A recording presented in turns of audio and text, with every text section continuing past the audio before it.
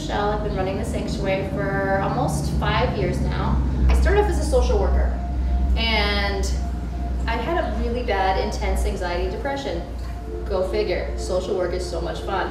And I stumbled into a yoga class because they offered it at my local gym, and the people who were coming out of the yoga class had really nice legs, and at that point I was very interested in really nice legs. I would like some really nice legs, and it made me start to feel better, and that made a huge impact on me.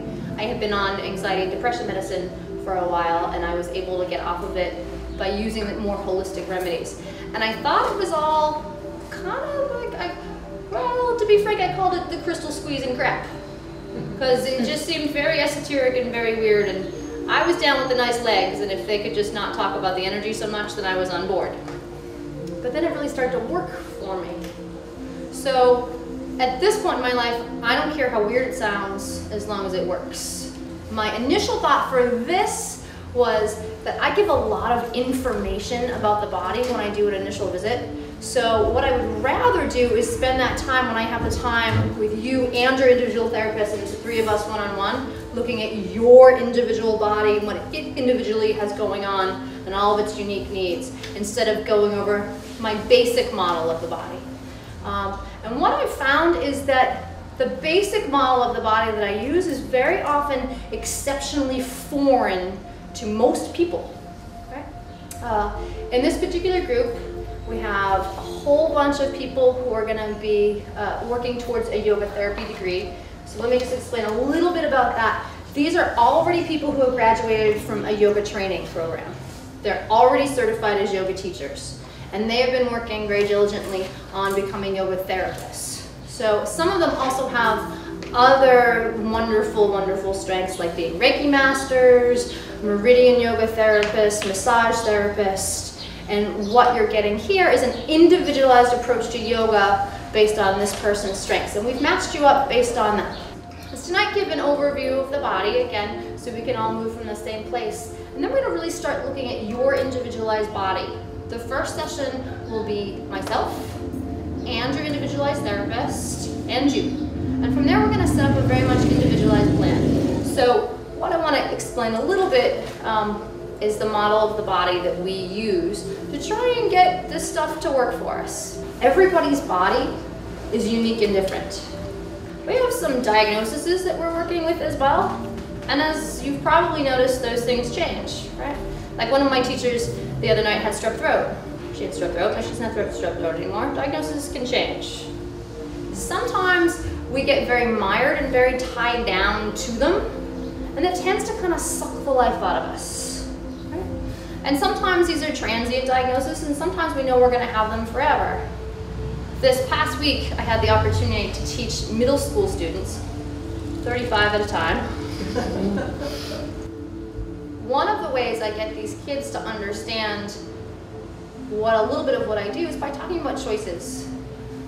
When you're 11 and 12 and 13, it seems like you have no choices at all. Someone tells you when to get up, and when to go to school, and what to study, and what kind of grades you get, and when to go to bed, and what to eat, and so on and so on and so on.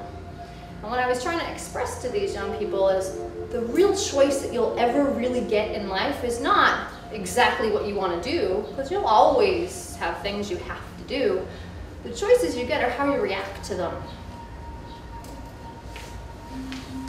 What I want to start here today is start looking at our ability to take some of our personal power back, which is a major component of healing that I feel like very often we miss in contemporary society.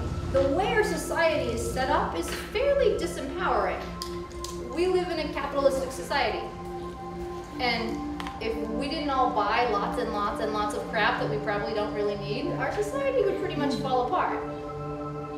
A lot of the things that we buy and that are marketed to us so that we will purchase them are based on making us feel really bad about ourselves.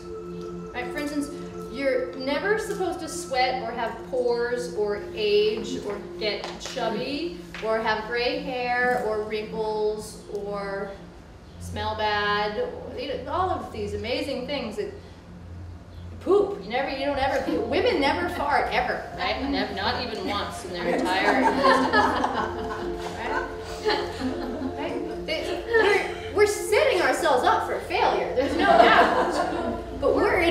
culture that very much sets us up that if you're not this pinnacle of loveliness and your life is perfect, and by the way, if you're the pinnacle of loveliness, your life is automatically perfect, then you need a couple of different pills.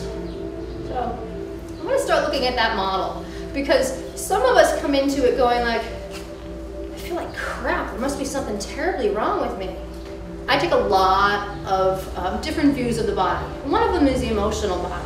The emotional body very much affects our physical body. So as we move into this program, we're going to be looking at different ways of looking at your body than you might be used to. The model that I want to start getting people away from is I have this that is wrong with me. In our typical Western way of looking at the body, we very much tend to compartmentalize it and say like this part and this part and this part. And we tend to leave the person that happens to be connected to those parts behind, right? And we live in Massachusetts where we have access to fabulous doctors, and certainly not all of them do that. I have one in particular who I'm a big fan of who I know does not do that. But in general, the medical system that we work from is pathologic in nature, whereas we study diseases and how to cure those diseases. Does that make sense? Mm-hmm. Right. What we want to start looking at here is, okay, so you might have some disease in your body that's diagnosed. You might just have dis-ease in your body, which most people have some level of, right? But do we want to get rid of the symptoms of the disease? Would you really want to move towards optimal wellness and feeling really good? And that's what we want to look at here, is your symptoms are important, and we have the ability here to pair everyone up, so there's one therapist with one or two people, in one case I believe two, right? And that we're going to look at the individual bodies and really be able to listen to what's going on. The other unfortunate thing about the way our medical system is set up is doctors are not given very much time to listen to us, and that's hard.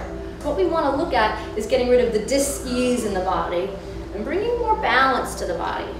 Right? And as you notice from my intake, I'm interested in what kind of percentage of organic food people eat and whatnot, but I know it's not a huge amount. One of my clients was laughing at me. She was like, I tried to eat a carrot on the way over here so I could put that on like 5% of organic food on my intake. But what we want to start looking at is how we interact with our environments. Very much in the food we eat is a part of that, how that's affecting our bodies. Okay? Some of the questions that I asked were how much time you spend on a computer and a cell phone. Right? That stuff interacts with our body. Sometimes on a physical level, sometimes on an emotional level, sometimes on an energetic level. As much as we are really, really careful about what goes into our body, we live in a culture and a world that's not in balance. Right now, we have soot coming out of the air. It was all over my kitchen table this morning. Right?